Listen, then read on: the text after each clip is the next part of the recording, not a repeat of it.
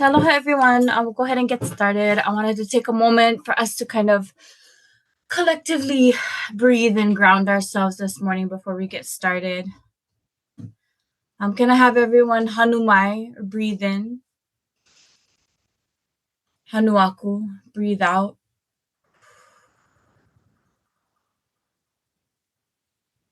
Hanumai, breathe in. Hanuaku.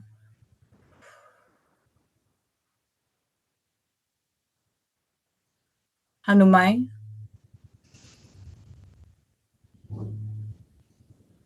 Hanuaku.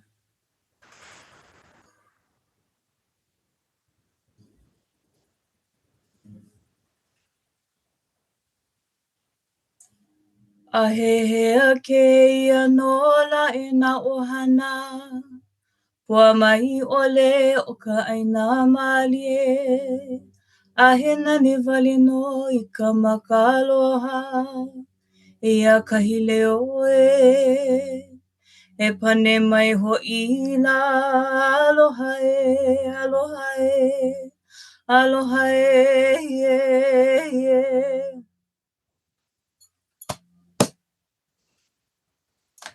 Aloha mai kako, everyone. Mahalo for joining us today. My name is Lilinoi Kohikawa. I work for Papa Ola Lōkahi as a member of the Asian American, Native Hawaiian, and Pacific Islander Ohana Center of Excellence for Behavioral Health. So just a little background on this project, as Papa Ola Lōkahi is a partner.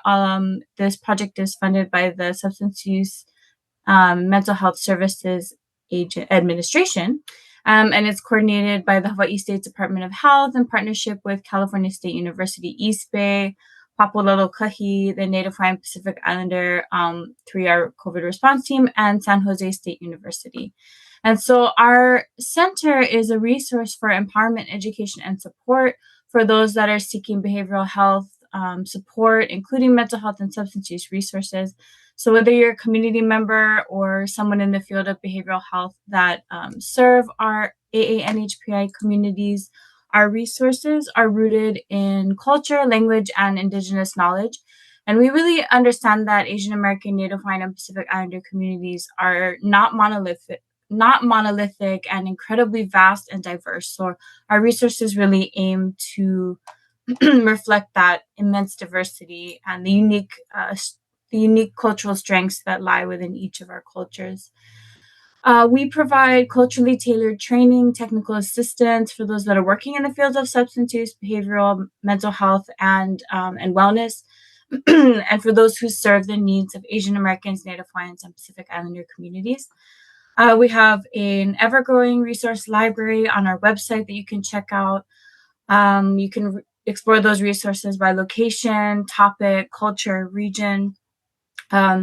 We have a network of growing regional steering and national steering committees of folks that represent our AANHPI communities and those who guide our work by helping us to best understand the diverse needs of our communities throughout the country and the Pacific. And so we continue to grow this network. So if you're interested in joining a steering committee or becoming a member of our ever-growing Ohana, please visit our website under the contact menu. You can also join our listserv. And if you're on social media, please be sure to give us a follow. And links for everything I just mentioned are on our website, which I believe Craig is dropping in the chat. So today's session will be recorded. So I'm just going to go over a little bit of our housekeeping items. It'll be recorded. So if you want to share with this workshop with any colleagues, the replay will be available on our website in a few days. Please note we're using the Zoom webinar feature, so this will limit your ability to unmute yourself and turn on your camera. Excuse me. However, if you have any questions or comments throughout the session or and would like to do so, we are able to unmute you and allow you to turn on your camera, especially during the end of today's session. So we'll also have an activity toward the end of the session, and folks may want to unmute for that as well. Please use the Q&A feature found at the bottom of your Zoom screen to share any questions, and we'll save time again to address those at the end of the session. The chat function is also available, and we'll be doing our best to monitor that as the session goes on. Please remember to be kind and courteous and respectful to everyone in today's session. we really aim to create a safe and supportive space for all to learn and share ideas. And so microaggressions will not be tolerated, and anyone displaying such behavior may be asked to leave the session. After the workshop is finished, you'll receive a follow-up email with a link to a survey. We'll also supply that link in the chat today, and we'll be conducting the survey to really help us better understand how we can meet the needs of our communities that are attending these sessions. What was most useful to you about the workshop and what you want to see moving forward. So please, if you can, please take about 10 or 15 minutes to fill that out after the workshop.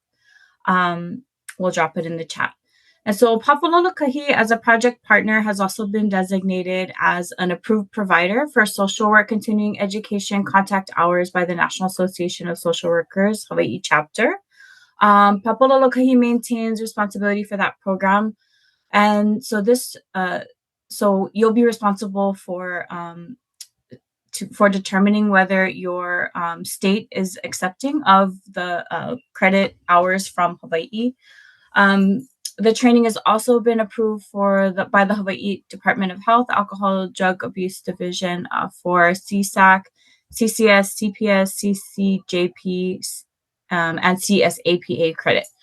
While both credentialing bodies are nationally recognized, again, we really recommend folks check with their local credentialing body to make sure that they will accept these credits. For those wishing to claim that continuing education credit, the link for your attendance verification will be dropped in the chat at the conclusion of today's session, as well as sent via email in the following day in case you happen to miss it. So just note there's going to be two links, right? One's going to be our survey and one's going to be an attendance verification. So upon completion of the attendance verification form, you'll receive an email certifying your attendance and credit hours, and that will serve as your credit letter for licensure. So please note, again, this email for your attendance verification will come from a no reply at qualtrics-survey.com email address. And those often get filtered out to your junk or your spam. So please you can either mark that address as a safe sender, or you can just check your junk or spam and mark it at that time. Just don't want you to miss your credit letter. If you don't receive it, please reach out and let us know. Again, if you have any questions also or feedback suggestions about our continuing education, you can email me. I'm the project manager, and my email will be dropped in the chat as well. Okay, so now the housekeeping is Paul. We're going to get to our guest speaker. Change my slide here. So it is my pleasure to introduce today Dr. Sarah Momilani Marshall, who is an assistant professor at the Thompson School of Social Work and Public Health at the University of Hawaii at Manoa. She received her PhD in social welfare from UH Manoa's Thompson School and her MSW from San Jose State University. Her program of research concentrates on understanding social, behavioral, and cultural determinants of health within rural Hawaiian communities, especially those that impact substance use resistance among Native Hawaiian and Pacific Islander youth. As a Native Hawaiian researcher, she's passionate about addressing health disparities and pursuing health equity for Indigenous populations and elevating the voice of Indigenous perspectives. In addition to substance use prevention, she is currently involved in community engagement, culturally based research that seeks to magnify the dissemination of an innovative Native Hawaiian health survey, and to integrate artificial intelligence or machine learning into data collection efforts of community health workers in Native Hawaiian and Pacific Islander communities. And so with that, I'm going to go ahead and turn it over to Dr. Momilani Marshall. Mahalo, Lilinoi. Appreciate it. Let me set up our screen share here. Lilinoi, thank you so much for the invitation to share. I really appreciate Papa Ola Lōkahi and the Ohana Center of Excellence for providing this opportunity. But I also want to thank Ola Hawaii, the National Institute on Minority Health and Health Disparities, and the University of Hawaii for just allowing me to be here, to be engaged in this work, and to be able to share with you some of the work that I've been working on, as well as just some foundational work that may help to inform you in the work that you're doing. And so what I'd like to really concentrate on today is this need for culturally relevant family-based substance use prevention interventions for rural Native Hawaiian and Pacific Islander youth. Um, there's many different components to what I'd like to share today. So I've sort of broken it down into different concepts. So we'll move through a bunch of concepts to finally get to this fun landing stage of the research that I'm doing. But before I even get started with the research, I feel like I should position myself in the research, in the work that I do, as well as your maybe understanding of who I am. So I definitely see myself as a Hawaiian of the diaspora. I was born in the Deep South. I was born in Florida and spent a lot of my early formative years there in the Bible Belt. Before we moved to Louisiana, the capital of Mardi Gras in America, as well as the antebellum South. So lots of my education was really influenced by the environment and the culture that surrounded me, both in Florida and Louisiana. So that when I finally came to Hawaii, it was my mom, who was born and raised in Hilo, who said, I'm going back to Hawaii. I'm going to die in Hawaii. And my dad said, okay, let's go. So we moved to Hawaii when I was in high school. And at first it was a difficult transition, I must say. Um, you know, my classmates were like, Louisiana, is that near New Zealand? Right. I'm not quite sure where Louisiana was. But I finally realized that Hawaii is where I belong, right? The land of my ancestors. There's a real peace within me being here. So I know that this is where I'm going to stay, much like my mother, I think, returning home. So I offer that as my path in case anyone here has a similar path. I felt like it was a deficit for me to have that in my identity. Like maybe I wasn't Hawaiian enough, or maybe I didn't understand enough, or maybe I wasn't competent enough as a Hawaiian to work on behalf of the community and to claim being a Hawaiian and a part of the Lahui. But I've come to realize that there's room for all of us, and there may even be more Hawaiians now in the diaspora than in the state of Hawaii. And so I want to encourage you, wherever you are, spend some time reflecting on your own identity, your own journey. There is no right or wrong journey. So this was my journey to come geographically to where I am. But it also mirrors a little bit of my own research and professional journey. Drug use prevention was not what I had envisioned myself doing back when I was thinking about being grown up. But now that I am in this work, I have a real passion for it. There is so much that's influenced by the world of substance use, and so much that it impacts. So if we think about mental health, family stability, contributing to society, right? So much of it is intersectional and impacted by different components. And so I feel like I can make a strong contribution in the field of drug use prevention. And so that's where I have chosen to invest myself professionally. And so before I get into the work that I myself am doing, I want to sort of orient us to what we already know about Native Hawaiian Pacific Islander youth and substance use. This report, the 2019-2020 Hawaii Student Alcohol, Tobacco, and Other Drug Use Survey, is not a project that I was involved in, but I have found this body of work so informative. If you have not had an opportunity to interact with some of the material, and it might be informational for your own work, I would encourage you to go onto the web. You can search it. It's publicly available.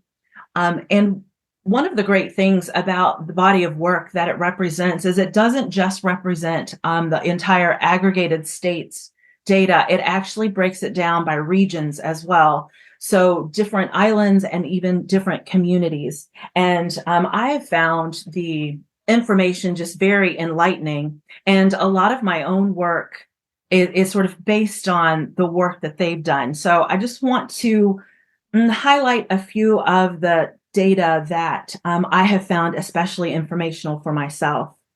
So for the Hawaii statewide estimate for probable substance use disorder, it was 11% that we're finding in our middle and high school students. So that's more than 1 in 10 middle and high school students already have a probable substance use disorder. That's troubling. And the screening for a probable substance use disorder more than doubles from middle to high school. So as a prevention scientist, that's a place in the data where I think to myself, this is where I could start, right? Where do we start to see these jumps, and how can we insert ourselves there? How can we contribute to try to reverse some of these trends, or to stop the acceleration of some of these trends? So middle school is where I do a lot of my work, and it's a lot of where I concentrate on for prevention efforts. Because by the time that students are getting to high school, a lot of them already have some ingrained habits, or they're not willing to speak to you anymore, or they don't feel like they have much that they can get from you as a professional, as a member of community, right? I was in high school. I remember what that was like. So anyway, middle school is where I do a lot of my work. And so the substances more often reported for early initiation, and we'll talk about early initiation in a moment, here in Hawaii, is alcohol, e-cigarettes, and tobacco cigarettes. So these are the 3 substances that are most commonly used by middle school students, and we often think of them as sort of gateway drugs. This is where substance use issues, substance use problems, substance use disorders begin, is what some of these much more easily accessed, socially acceptable substances. So when we talk about early initiation of substance use, early initiation refers to a person's first use of a substance, which occurs at age 13 or younger. So here in a graph across the bottom is the age of students in the survey. So 8 or younger, all the way up to 18. So approximately, right, high school graduation. And then the percentage of students who initiated at those ages. So alcohol, e-cigarettes or vapes, and tobacco cigarettes were more often reported as first being used before or at the age of 13. So if you kind of look at the graph, and if you look at the number 13, you'll see a peak of initiation. So before the age of 13, there are definitely students who have already experimented with some of these substances, but by about the age of 13 is when we see the most early initiation. Alcohol is a little troubling because its early peak is 8. We see students as young as 8 who have tried alcohol for the first time. It kind of drops off after those earliest years, but you'll notice that the alcohol use is one of the most elevated of the substances. So that's a pretty consistent substance that students interact with from a young age. Vaping, so e-cigarettes, marijuana, and tobacco cigarettes peak around age 13, as I mentioned, middle school, but then binge drinking peaks around ages 15 or 16, so in high school. And just to get a slightly closer look at some of the information, this is just sort of another view, but it breaks it down a little bit more. And so if you look in the column that says 13, that's when we see the peak of this early initiation. So as a prevention scientist, a preventionist, I'm really interested in looking at that age before 13, when either students haven't been exposed, or students haven't experimented, or they still have this belief that if I smoke an e-cigarette, it's going to ruin my life. right? That's one of the messages that is sent to our young students. And so that helps a lot with trying to delay the onset of e-cigarette use. But usually by high school, they've sort of dismantled some of that thinking, and they're like, well, it's not going to kill me. And it's not that harmful. And so those early years are really the years that I find to be the most engaging for me and the work that I do. So some of the key highlights from this study was that overall about 11% of our students here in Hawaii screen with a probable substance use disorder, and an additional 14% are at a positive risk. So they're not screening as probable, but there's a lot of factors that are surrounding them and emerging in their behavior that puts them at risk for developing a substance use disorder. So treatment need, as I mentioned, more than doubles from middle to high school. And more than a third of the students endorse or indicate mental health distress. And mental health distress is definitely associated with having a probable substance use disorder. And substance use disorders are often identified as mental health disorders. So less than a third of the students in that range, in the probable substance use disorder range, receive help. So less than 30% of our kids who need help are actually receiving that help, either in school or outside of school. And there's a lot of different reasons for that. But the fact remains that there's a lot of students who could receive support who are not receiving support. So alcohol, vaping, and marijuana are most used substances in the past month. Also substances that students more often try before the age of 13. And just really quickly here, I want to pause and talk about this word vaping. I went to a presentation that I thought was very insightful, where the presenter was saying that as a discipline, we want to encourage the use of the word e-cigarette instead of vaping, because the commercial industry wants to disassociate e-cigarettes from this large body of knowledge that we already have about the dangers and the harms of combustible cigarettes, of tobacco cigarettes, of those traditional cigarettes that you light.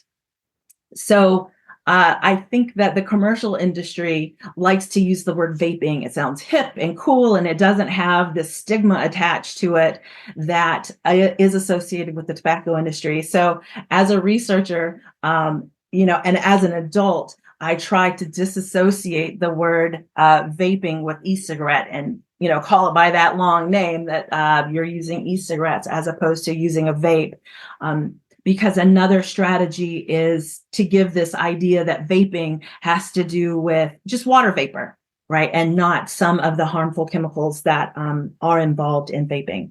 So alcohol, vaping, and marijuana most often use substances in the past month, but they're also the substances that students most often try before the age of 13. They most commonly acquire these substances, alcohol, tobacco, vape devices, marijuana, from being given these substances, giving money to someone else to buy it for them, right? Because they're too young to buy it for themselves. It's very frequent at school, or taking it, mostly alcohol, from a family member. So the large majority of students do receive substance use prevention education and messaging from family, school, TV, internet channels, social media, device ads, and printed media. But the question in my mind remains, then where are we not getting the message across, right? When we think about disparities, that's where more of our Native Hawaiian, Pacific Islander youth are doing some of these substances, but it's not equal to their representation in the community. So where is our prevention message encountering barriers? How can we be more effective? How can we move that needle of disparity? So that's some of the work that I'm interested in applying myself towards. So a couple of more key highlights from from the study before we move on to other work. Among the ethnic groups in Hawaii, NHPI youth report the highest rate of cigarette and e-cigarette use, disproportionately high rates of moderate to heavy e-cigarette use, moderate to heavy marijuana use, and moderate to heavy binge drinking. And they do evidence the highest need for substance use treatment. However, as someone who is in a field of strength-based approaches, and as a proud member of the Native Hawaiian Pacific Islander community, I don't want to problematize our communities. I don't want to problematize families. And so while we look at adversity, we should also be considering resilience, right? This is the behavior that we're seeing, but these are the strengths that we're also seeing emerging from the data. So risk factors in all domains, and I'll talk about that in a minute. Risk factors in all domains contribute to adversity, so these risks for use, but resilience factors like community validation of pro-social beliefs, school climate, relationships, self-efficacy, feeling like you can do it, and cultural connection are important for reducing the likelihood of substance use. So while we see these risk factors, we also see these protective factors. And in my own work, the protective factors are what I like to focus on. So one of the recommendations that was coming out of this work is to integrate culturally based approaches into prevention and treatment for enhancing resilience and improving care. And so this small piece of that large body of work is something that I have sort of followed in my own work. Before we look at any more of the specific data, let me just orient us really quick to a model, a socio-ecological model. It's a very common model that a lot of us see. But what it does is it situates the individual down at the bottom in the blue circle as part of a much bigger system of surrounding and encompassing factors in a person's life. So an individual is being impacted by relationships in their lives, as well as what's happening in their community and what's happening in society itself. You know, the society of Hawaii, but also the society of the nation, and then even the society in our global community. If you think about policies and legislation, behaviors that are approved or not approved, even those societal norms impact the individual's behaviors. And so it's important for us to not just consider individual behaviors, but also consider how those behaviors are sort of seated within or nested within a lot of these other factors that are always at play. So if we apply that model to specifically to the data that came with the ATOD survey, this is some of the information that they found. And again, this is the Hawaii state aggregated data. You can actually go and look into the different regions, and they've broken down the information into different regions, which I found extremely helpful because my work is situated on Hawaii Island, and I wanted to know about my region and my community. But this is Hawaii state data. And if you'll look, with the red title, risk factors, these are the factors and the amounts of the students who experience these factors that will encourage them to engage in substance use, facilitate their use of substance use. But the protective factors, the one with the green title, these are the resilience factors. These are the ways that we can have behaviors which strengthen our youth, that that allow them to resist. And if they don't just abstain from the substances, which is not a message that we are trying to put across, it's not to abstain from substances forever. It's let's delay the onset past that age of adolescence, past those really formative, important stages of development. And so adolescent development doesn't get hijacked in an artificial way by engaging with substances. So if we look at protective factors in this data set, The one that interested me the most was that factor of family, right? Because 66% of the students said that talking to family about a problem helped them to resist substance use. And almost 91% of the students said that clear rules and consequences about using alcohol and drugs in the family is a component of what helps them to resist engaging with substances at these early ages. And that was the piece of the information that I most wanted to engage with. And so that's why the work that I do is focused on families. How can we strengthen our families? How can we strengthen our parents? And so I'll get into that in a little bit. But before we do that, I want to show you yet another model, because it takes it from a very sort of traditional perspective on research, and it brings it into a much more contextual understanding of what's happening in our communities. So Dr. Keawe Kaholakula, which many of you are familiar with or you've worked with him, one of the pieces of work that he continues to invest in is looking at the social and cultural determinants of health. So not just that individual piece of the puzzle, but much broader. And so I just want to quickly maybe walk through each one of these little columns, because social and cultural determinants of health are not just for prevention scientists. It's not just for drug use issues.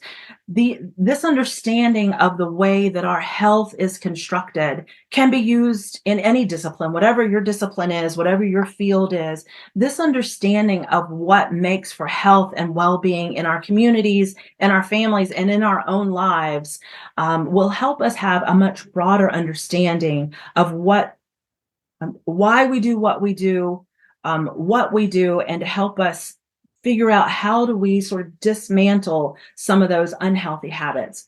So if we just walk through them, for the historical determinants, this is one thing that Native Hawaiian and Pacific Islander communities often have in common, is this depopulation due to infectious introduced diseases, Christianization and the dismantling of Native practices and institutions, land privatization, which was not something that was in the ancient culture of Hawaii, the illegal overthrow of our queen and the US occupation, and the militarization of Hawaii. So these are all components of our historical environment that informs a lot of behaviors that we see, and we may not even make that connection.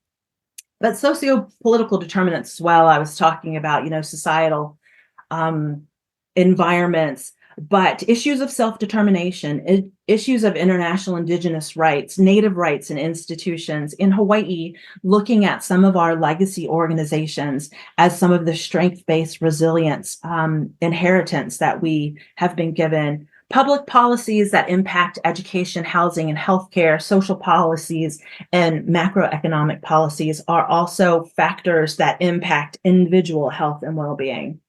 Social and economic determinants, this seems to be a little bit of a more intuitive fit, but food quality and security, its impact on our health, housing, how safe are our neighborhoods, how accessible are these parks, recreation areas, playgrounds, walkable communities, right? If we're encouraging people to get out and move, do they have access to spaces where they can do that? Family and community support and resources, and then, as we all know, the educational pipeline, which informs the types of occupations that we are eligible for, which definitely impacts the income that we bring into our homes. Cultural determinants, racism, cultural safety, access to cultural institutions and practices, relations with other sociocultural groups, cultural identity and affiliations, cultural and language revitalization, all elements of impacts on our health and well-being.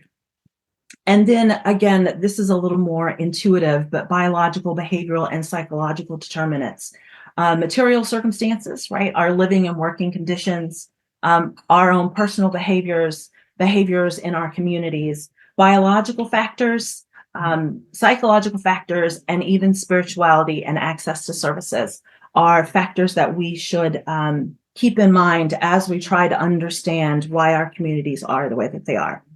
So that was some of the academic frameworks. But what I want to present now is how we can take some of those academic, very scientific frameworks and apply it in a way that our community here in Hawaii might be able to relate to, and to really draw on some of those strengths from the past that have been suppressed and are only now, I think, gaining traction in some of the Western conversations, things that we've always known that have not always been recognized, valued, validated. So for those of you who are not familiar with the Native Hawaiian ahupua'a system, I just really quickly wanted to orient you. So in ancient Hawaii, there was a land management system, the ahupua'a system, and essentially you could think of it as a pie-shaped system of land management, where if you have an island and you divide it into pie shapes, it starts up at the top of the mountain, or where the forests are, where our watershed is, where all of the rain is captured, and then flows down through these different systems that sustain our families, sustain our communities, and all along the way, how we're able to either steward in a good way or steward in a bad way the resources that will eventually end up there at the bottom in the fish ponds. So that is basically the ancient Native Hawaiian land management system. And you can still see reflections and resonance of it in Hawaii. And there has been a stronger reclamation of this knowledge and this understanding of what a powerful and effective land management system it was. And if you are interested in learning a little more about an ahupua'a, I want to introduce you to this website. Miss Lilinoy is going to drop the link in the chat. This is a tool that Kamehameha Schools created for preschoolers, but I found it just a fascinating experience. You go onto this website and you can click around, and it's an interactive map that will show you activities and the business in each one of these different regions of an ahupua'a. So all the way up from the top of the watershed, down the vai and into the taro fields, into the banana patches, down into the kauhale and into the community, the housing area, and then ultimately down into the fish ponds. And it's a fun, engaging tool, but it's also very educational, as it teaches you, right, how that land management system happens. But the more important part of that very fun activity is this, what I found incredibly innovative, very insightful model of how we can understand substance use issues from that perspective. Our own Miss Lilinoy was instrumental in putting together this model. And if we have time at the end, we're going to explore the model a little more. But what I really like about this model is its grounding in the Native Hawaiian culture, unique to the Native Hawaiian culture.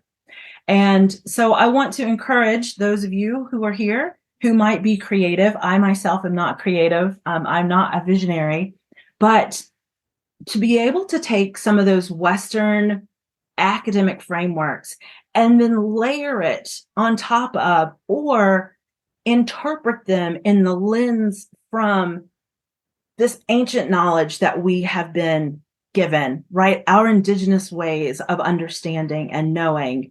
And to marry those two components, I think, is a real strength of the future that needs to happen as we bring indigenous perspectives, indigenous voices, and indigenous ways of knowing and being into the work that has often not been welcoming to it.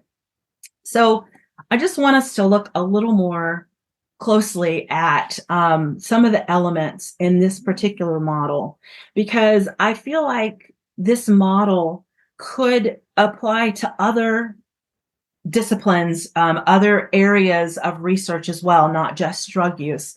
But I really appreciate the way that this model speaks very clearly to the work that I'm doing.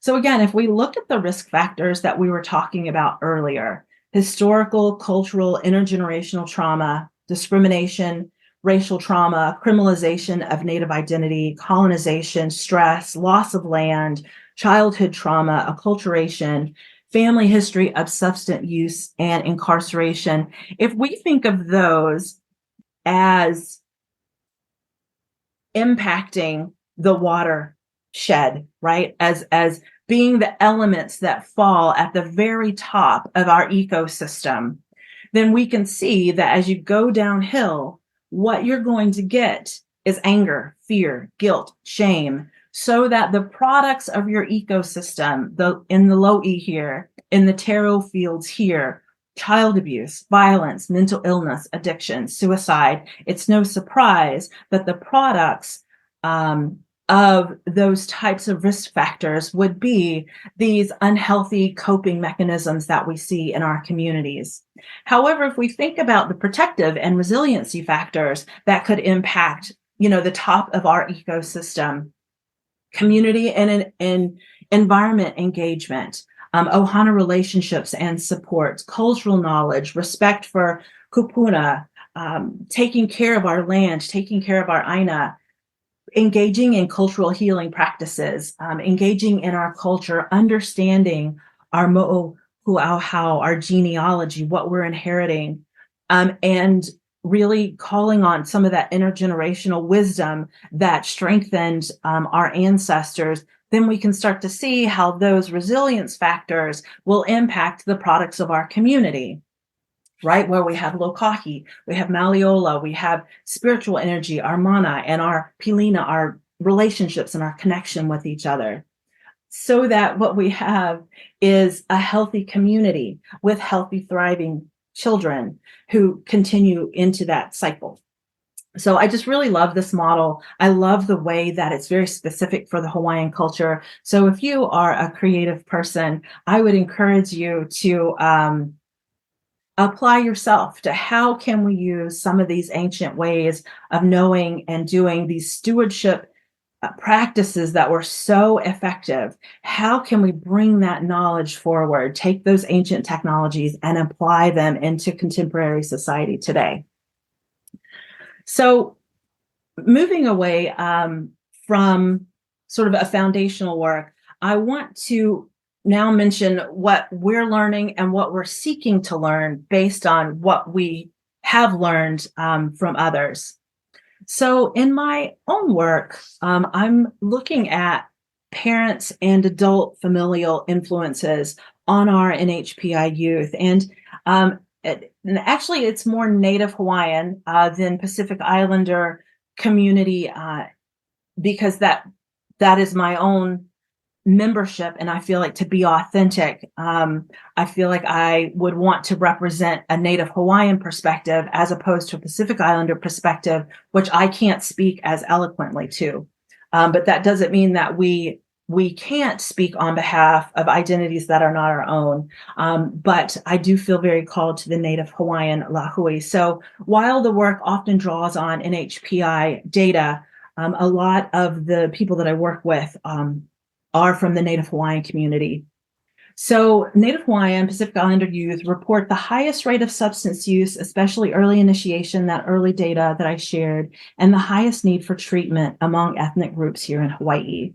Substance use is the second most identified issue related to health disparities in rural Hawaiian communities. So I'm in a rural Hawaiian community, and those that I work with are members of a rural Hawaiian community. And so I very specifically want to look at that community since that's where I personally am embedded.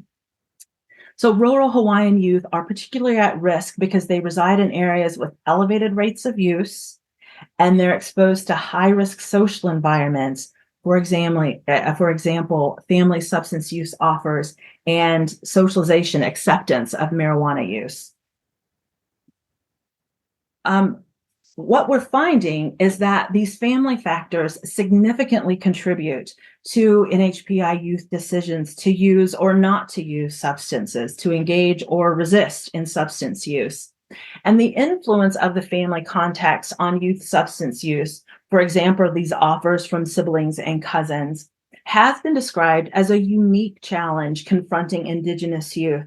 So not just Native Hawaiian youth, but Native American youth on the continent as well, who are in their Native American communities, have these very strong family connections, multi-generational families. And so the influence of the family context is a unique challenge confronting a lot of our Indigenous communities, because the closeness, how close we are to our family members, and the intensity of these interactions across different social relationships do function to magnify both the risk and the protection. So family members who offer substances will often be willing to receive substances, whereas family members who are resisting substance use often will communicate that resistance message to the youth. So the Ohana, or the family-oriented value system that's pervasive within the Native Hawaiian culture, highlights the strong possibility that substance-using behaviors with Native Hawaiian youth exist within a relational context. So what I am interested in is, how does this family component impact our youth? So a few studies have focused specifically on Native Hawaiian youth and families in rural Hawaiian communities. So a lot of the islands that are not Oahu is considered our urban hub, but a lot of the other islands are still very rural. Not as much has been done in those communities as has been done in, sort of that urban hub that has a lot of resources and is a real pipeline for education and funding, access. A lot of our research has been focused in our urban environment and not as much in our rural environments. And so that's the area that I'm specifically interested in. So the research gaps remain, which could inform prevention best practices, so prevention as opposed to intervention, for rural Native Hawaiian families that would incorporate culturally appropriate parent and caregiver support. So looking very much at that family and intimate relationship context for youth-resistant strategies. So research is needed to examine family factors that contribute to substance use resistance and ways to meaningfully incorporate those factors into effective family-based substance use interventions. So that's sort of the end goal of the work that I'm doing, is how can we create something that will strengthen our families in a way that the families are interested in engaging with the information. There's lots of information out there, but if our families are not engaging with that information, if it doesn't seem relevant to them, then there's that disconnect between having something available and then actually having it taken in by families. So I'm interested in finding, how can we make material culturally relevant for our families in ways that speak to their everyday experiences.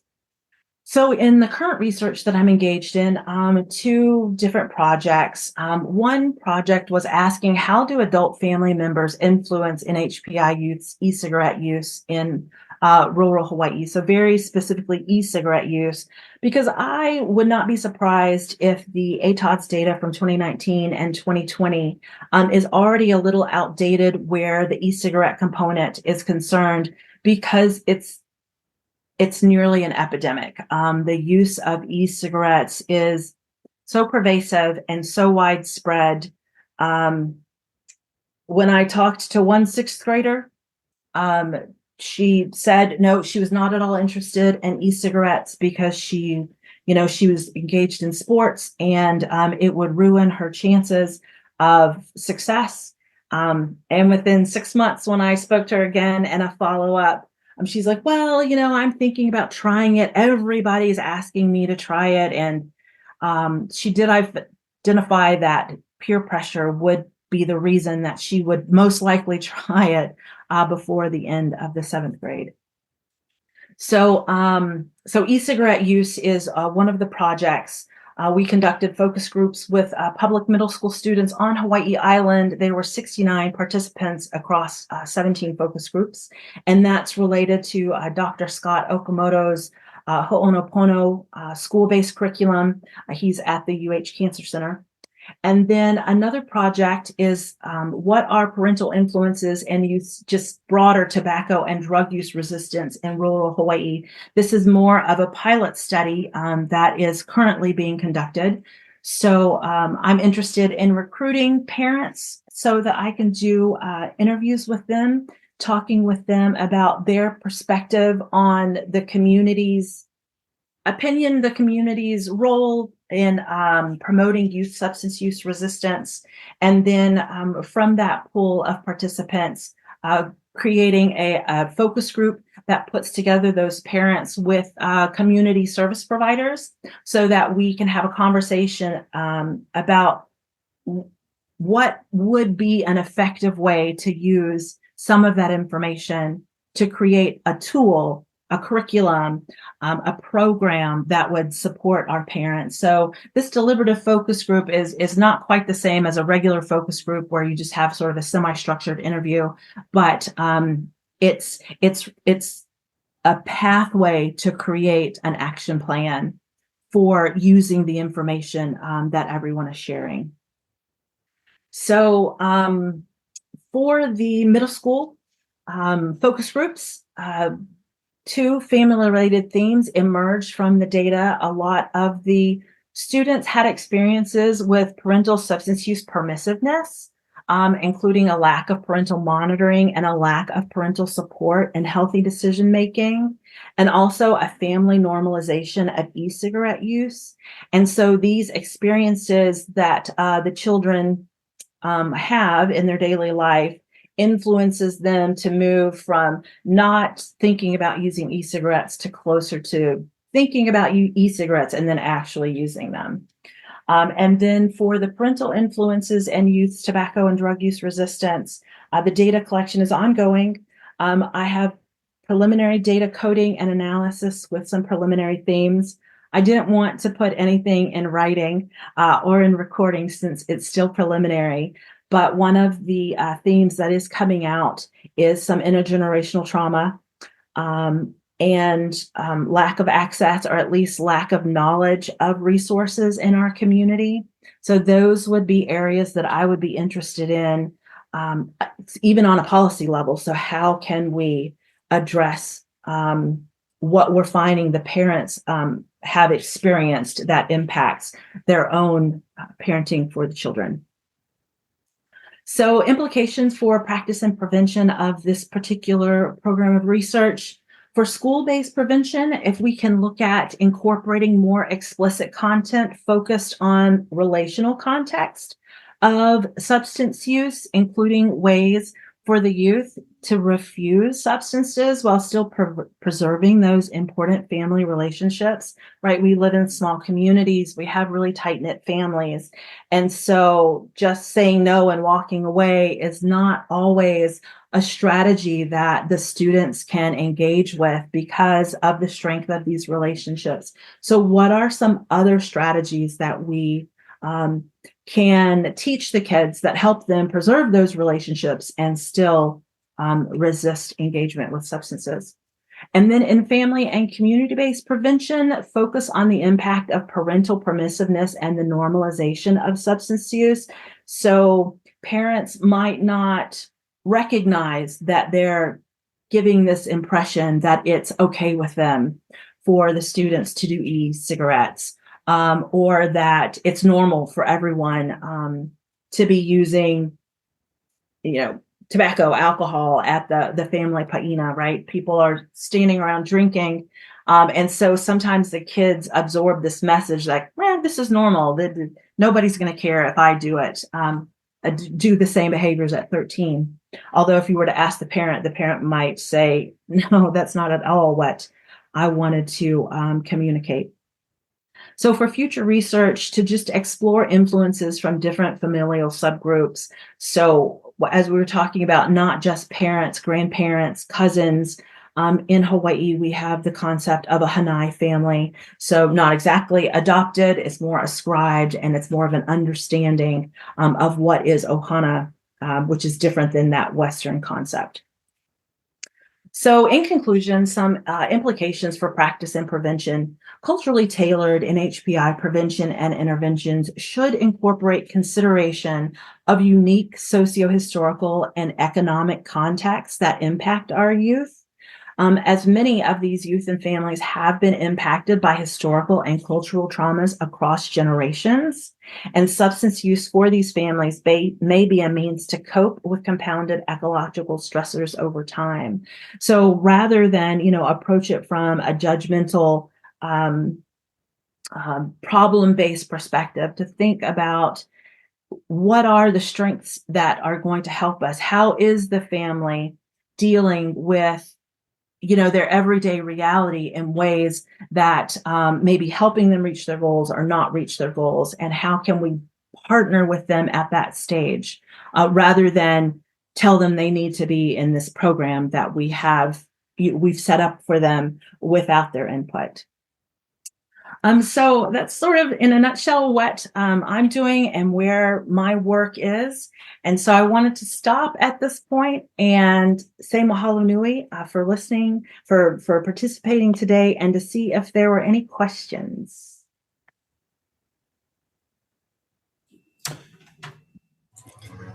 Mahalo. Oh, sorry, Craig. Go ahead. You go ahead. Go ahead.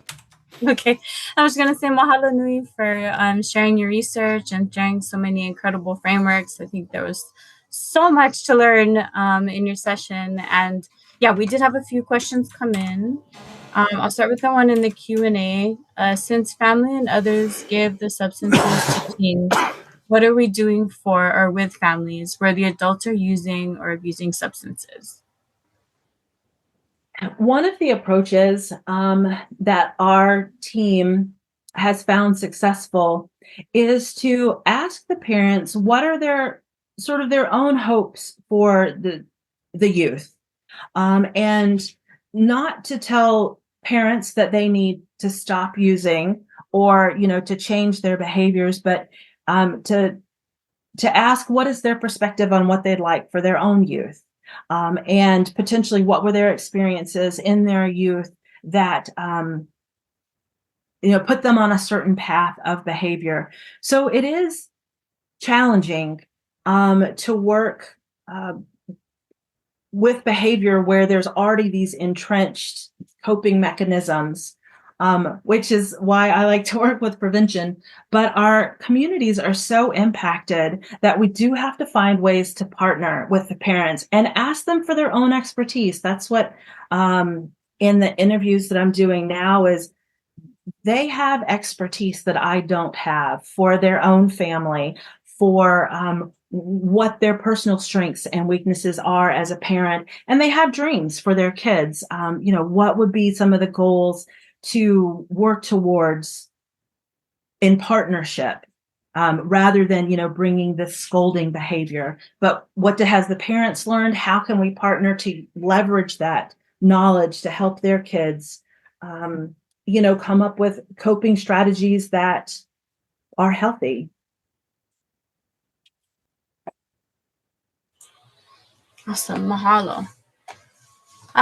Sorry, of course, I think the yard guys are outside, so let me know if you can't hear me. But we had a couple of other questions come in the chat earlier. One was about looking for updated survey information related to moku Hawaii related to substance use. So it said the last UHH survey of the island was 2019 to 2020, which was the ATOD survey. Yeah, so it looks like they're looking for something for 8th, 10th, and 12th graders.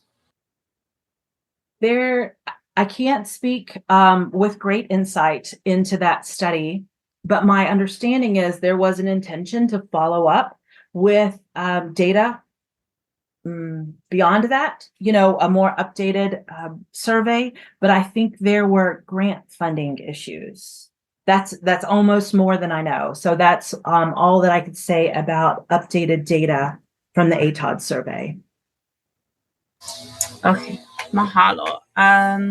There's another question that said, from my understanding, is the Puna district, Papua, is that it's identified as a significantly higher controlled substance use area for early ages. Do your studies support this theory? Without looking at the data in particular, I would say that as geographic isolation increases and as access to resources decreases, then we would expect to see some more elevated rates of use. That would be all I'd want to say about that particular without looking at the data. But in a lot of our rural communities, there is a real lack of access to resources, sports teams, recreation areas, things for the kids to do. And so in the absence of having those community resources, we see behaviors in their place. And so Puna and Pahoa are much more isolated than even Keao and Hilo. So as you get more distant from some of these community hubs, then we see a lack of access to alternatives. I see. Mahalo. There was another question about your familiarity with a product, nicotine salts. I only have a passing familiarity with them. I know that they can be used in e-cigarette devices, but I don't know a lot more than that. Oh, yeah, mahalo. Okay, I saw a couple more come in. Whoa, the chat is jumping around. Where did it go?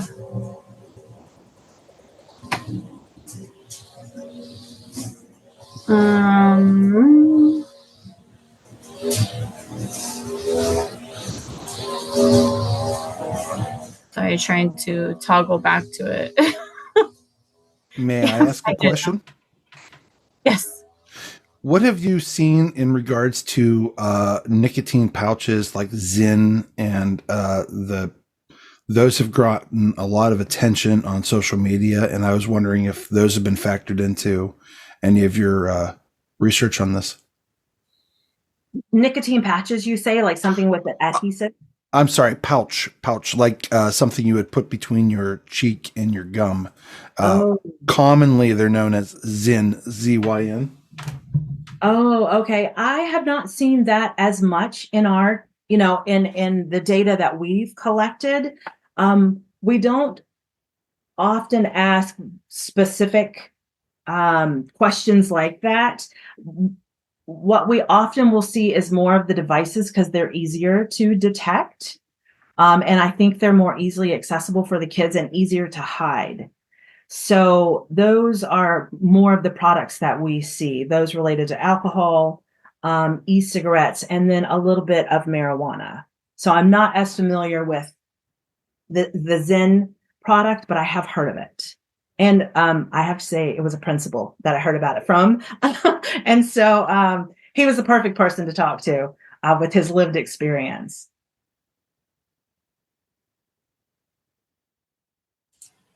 Mahalo. Okay, I got to it. Have there been government policies that have supported culturally appropriate programs? If not, what might have been the barriers? So the question is, have there been government-sponsored support for culturally grounded programs? Is that right? Yes. There has been movement on the federal level. Biden himself has recently put out an initiative to support, goodness, what was that? I was just reading about it. So to answer the question, there has been federal support. There is momentum at the federal level. I feel like momentum started gathering maybe under Clinton and then found some grounds under Obama. And then, as I was saying, Biden recently had some initiatives. On the state level, there is more momentum just because it's more relevant, it's closer to us, advocates are here. So there has been support. There's not as much as there needs to be.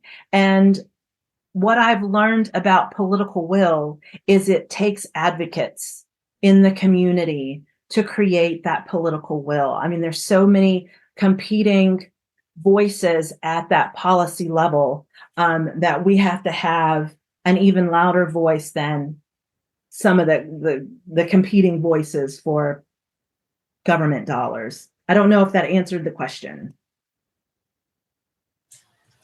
Mahalo. I hope so. We just had one more come into the Q&A section. Living on Oahu in the Moku of Waianae. There are opportunities to enhance Ike Hawaii, but there are cultural biases, especially individual Ho'omana Christian beliefs that present like microaggressions.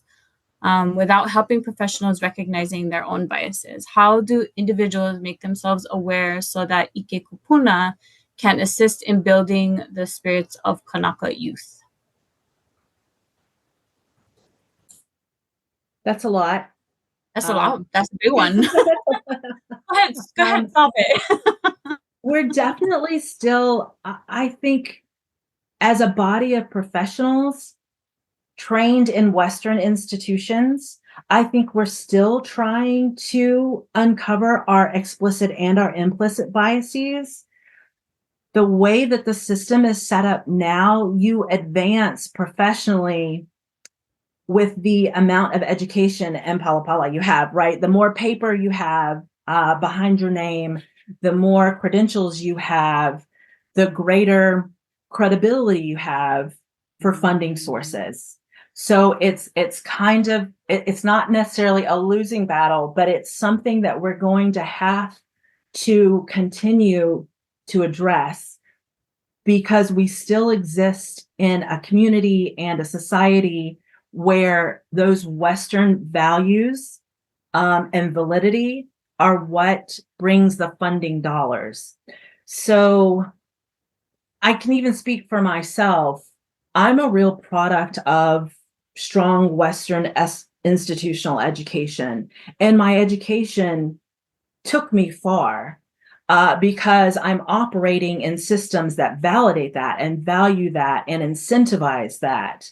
But then how do I go back to my community that doesn't necessarily value or validate all of my pieces of paper? They want to know, where is my heart? You know, where's my authenticity?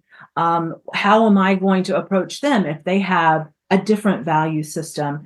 So I can't speak for all professionals. I can just speak for myself that it is a lifelong journey of trying to uncover those implicit and explicit biases, but also once you recognize what you bring as an individual and as a person, to recognize what it contributes and how you need to manage it, right? I can't change the fact that I'm a woman, you know, and not that I would want to, but even if I wanted to, I can't. So how do I take what I have to offer and present it in a way that someone else can access? So whether I have Western Christian beliefs or if I don't, how can I be honest and transparent about that and still move forward with someone who thinks differently, has different spiritual beliefs?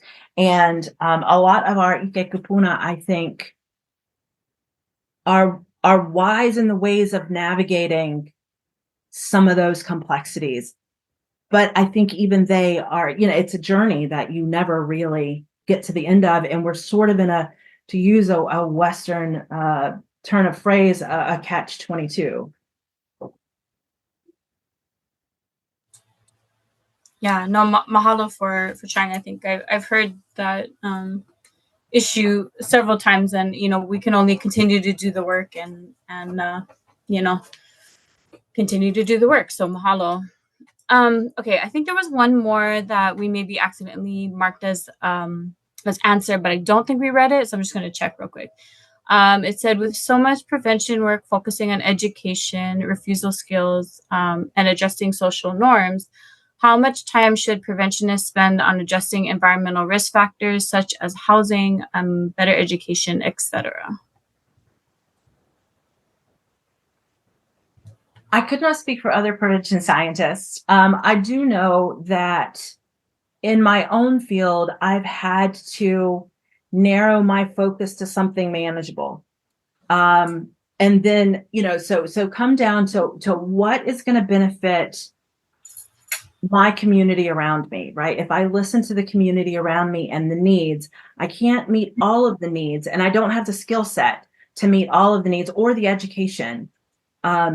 But with what I have, what can I address? And then how can I partner with others who are able to address some of these other areas of concern? Because I think as a professional, we have to have that interdisciplinary approach, right? We can't be all things to all people, but we have to be able to partner.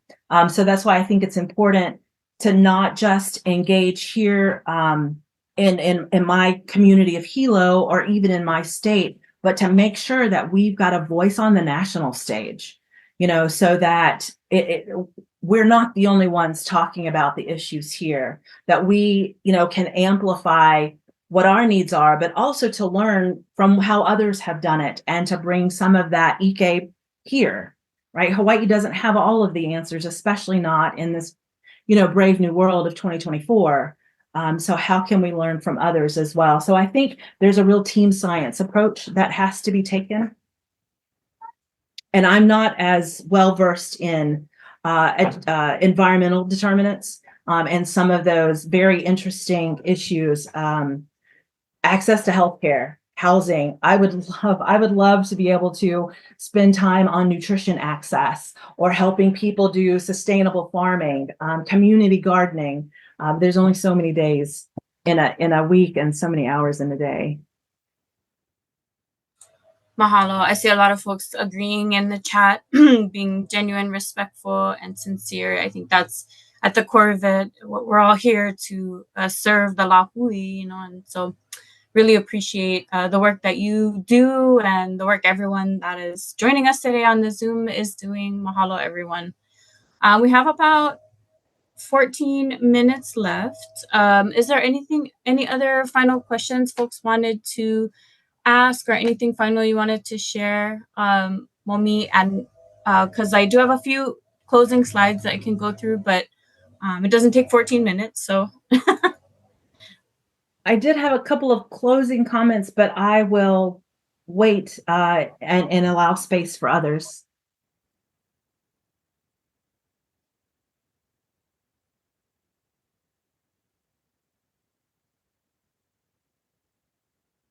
If there's nothing else, Illinois, coming in from the audience?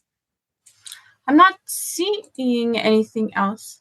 So yeah, Okay. You can share whatever you would like. Yeah, I just want to highlight this one more time because Illinois, I thought you said that you might have a training associated with this model. Is that correct? Yeah, mahalo. And, I'm always excited to see where and how the Ahupua'a model resonates with folks in their work and in the work they do with communities. And so really stoked to see it resonate with you in your work too. But yeah, we dropped in the chat here. If you would like a high-res image of this to utilize in your work, or if you would like a training for your organization or your community, or you'd like to utilize this in any way, if you want to just talk story about it, you can reach out through the link that is dropped in the chat to request support with the framework from Papa Ola Lōkahi. And so you can just scroll down on the substance use and mental health page, and then scroll down to where you see the Ahupua'a image, and then just below it is a little link that you can request support with the framework. And so please, it's free. We mainly want the model, the framework, to be out there and helping folks in any way possible. So please let us know. Mahalo.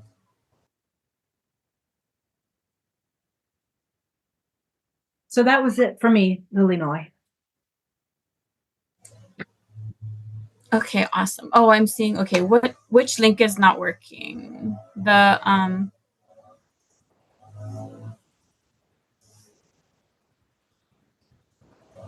Maybe Craig can troubleshoot which link that would be. And I'll move to our closing slides. Oh, it was fixed. Oh, awesome. Mahalo. Okay, let me just put up our closing slides here. And hopefully the weed whacker in the yard behind me is not too loud, but it's either the rooster or it's the weed whacker, one or the other. So here we go.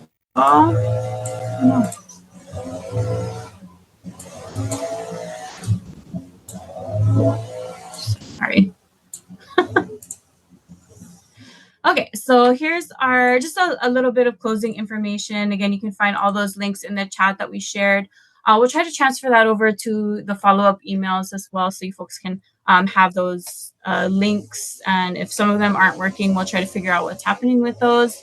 If you visit our website, you can learn more about the Ohana Center of Excellence, meet our team, get involved with our regional steering committee, or become a part of our referral network. You can request free culturally tailored training and technical assistance, and you can traverse our many resources for behavioral health. And then also, please remember to fill out the attendance verification link that's dropped in the chat for anyone that wants to get continuing education credit.